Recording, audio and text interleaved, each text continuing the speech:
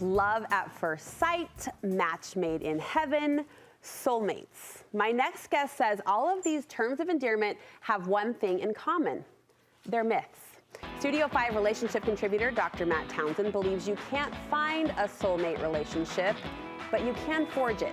And he's gonna tell us how. Hey, Matt. Hey. Okay, you say this soulmate idea is actually rooted in Greek mythology. Yeah, it's, so Zeus, there's apparently this story that Zeus, when humans were created, we were created with 4 arms, 4 legs, and Zeus was afraid of the power of this being. Okay. So he cut it in half and sent it on 2 different directions in the world. I've never heard this. And so that is what we're supposedly in search of, is the other half of us, our soulmate, where we can get our other 2 arms and our other 2 legs back. I don't buy it. I think that's a little far-fetched. Just a little bit. But I hear it all the time. People are like just on this cruise, people are talking about their soulmate. And I think that's just a really romanticized version of something. Yeah. But the dilemma with a soulmate is that soulmate doesn't sound like you have to do much. It's just there. It's just there. You find them. Do young people subscribe to this? I think, yeah, just kind of generally as a thought, right? But you have to find your person. That someone's out there for me. There's this one person. Yeah. But I do think it's something that kind of older generations grew up believing in. Right. But I just kind of want to blow it up because I'd rather have everybody know that you can create the same impact and the same feeling of the soulmate. But in one weird way, you've really got to get your soul involved. Not just your body and not just your mind. You got to really start getting a little deeper in your life and in your relationship. What if I'm already down the road in a 20-year marriage? Yeah, by the way, that's also scary because what if you didn't marry your soulmate? Yeah. And you're 20 years in? But can you forge what you're talking about? Anytime. Even in a seasoned, comfortable relationship? Yeah. And it's basic principles. You're going to see we all believe in them, but we have to kind of counter some myths as we go. Okay, here's principle number 1. You want to strengthen your character. Yeah.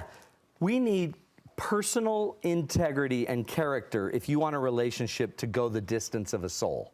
You've got to be able to withstand temptations, moments of conflict, moments of misunderstanding. You've got to have the integrity and the character to actually talk through a hard thing, to actually hear bad feedback, take the feedback and change. And if you don't have it, then you're in trouble. One of the things about the soulmate idea is we believe our person doesn't need character because they're just amazing, they're incredible. Everybody is deeply amazed by their partner until they show they don't have the character. So what I want us to start doing is, what if we start growing our character and focus on character more than chemistry in the marriage? Focus on character more than even the commitment we're making. And is this the character of the marriage, or is this the character of 2 individuals? It's your independent character. Yeah. And when 2 people bring independent character, we can create a synergy together. When we don't have the character, then we also won't have trust. And we also won't have the intuitive security that we need from the person because we know we can't trust them. Another good focus, you say, is to focus on a foundation of friendship. Again, no matter where you are at in the marriage. Research is very clear. By the way, the romantic version of love is that all you need is chemistry because that chemistry will carry you till the end of time. And it does for a minute. It does, just like it did when you got that job at the mall. That was really exciting and that was super duper fun. And you love dipping dogs, but there's a point where it's no longer about the chemistry and it's all about something else. So what they found is the long-term happiest, healthiest relationships are actually forged in companionship and friendship. Friendship is the focus. The best long-term relationship would be to marry a friend and then create chemistry. After. And you can create chemistry way easier, I think, than you can sometimes create friendship. Now that's interesting. Right? And so if you're marrying for chemistry, which, why wouldn't you? It's all there, it's amazing. But the best way to keep it long-term is to be best friends. Have things in common, look out for each other, be able to sit without having to talk, being able to talk without necessarily always wanting to, and being able to trust that that person will be there through thick and thin. Not to take us too far off track, but what would you say to a seasoned couple?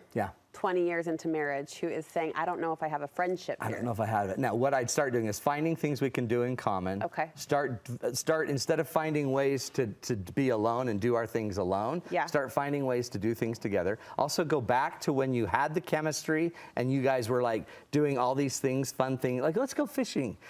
You may not ever want to fish again, but maybe just going and doing things that you used to do might reignite some of the chemistry with the friendship things we used to do. Another point of character, and this is kind of an interesting spin, is to allow room for healthy tension. Yeah, by the way, healthy relationships have healthy doses of tension.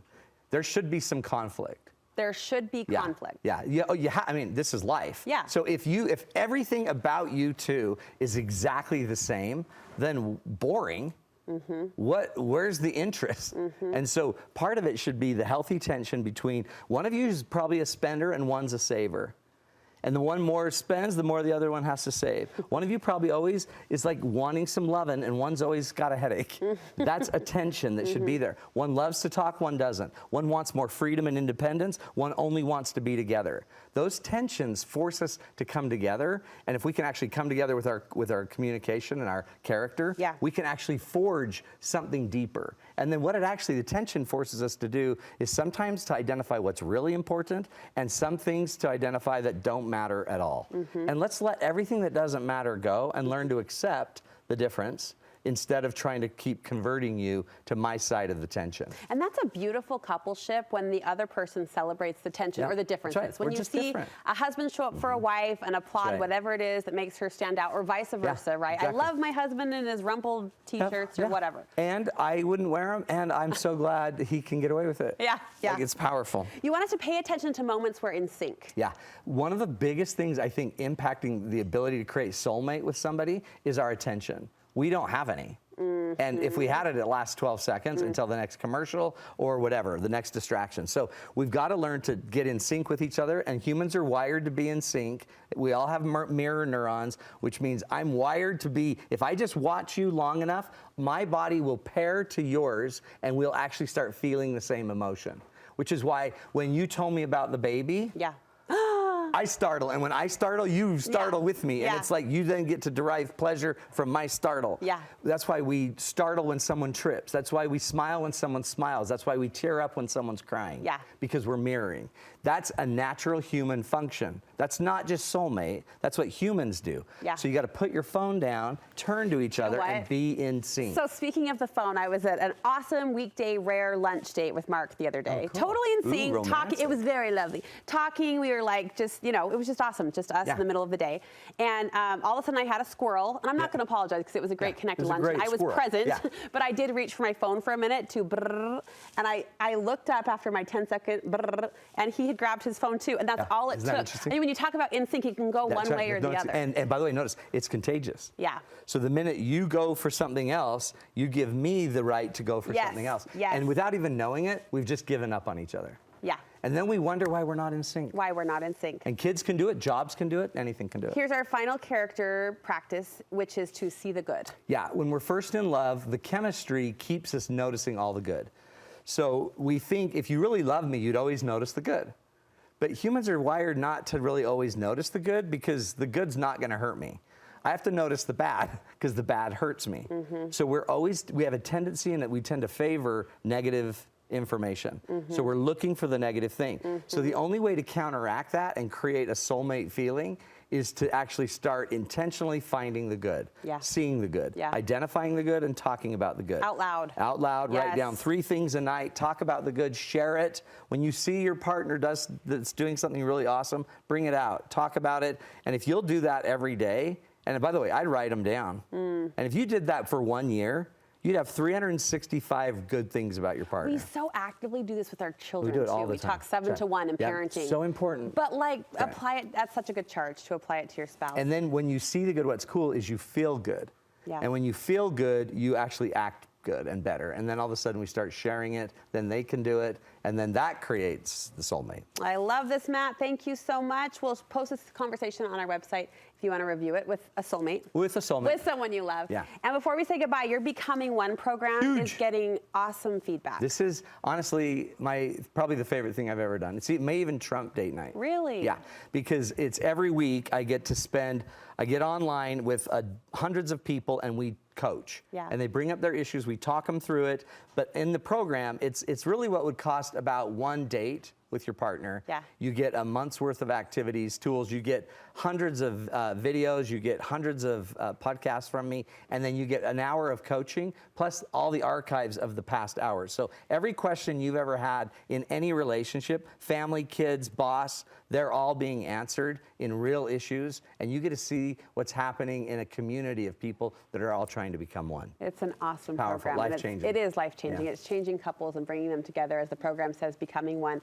Go to Matt's website, matttownsend.com, for more information. matttownsend.com. Thank you so much. Thanks, Brooklyn.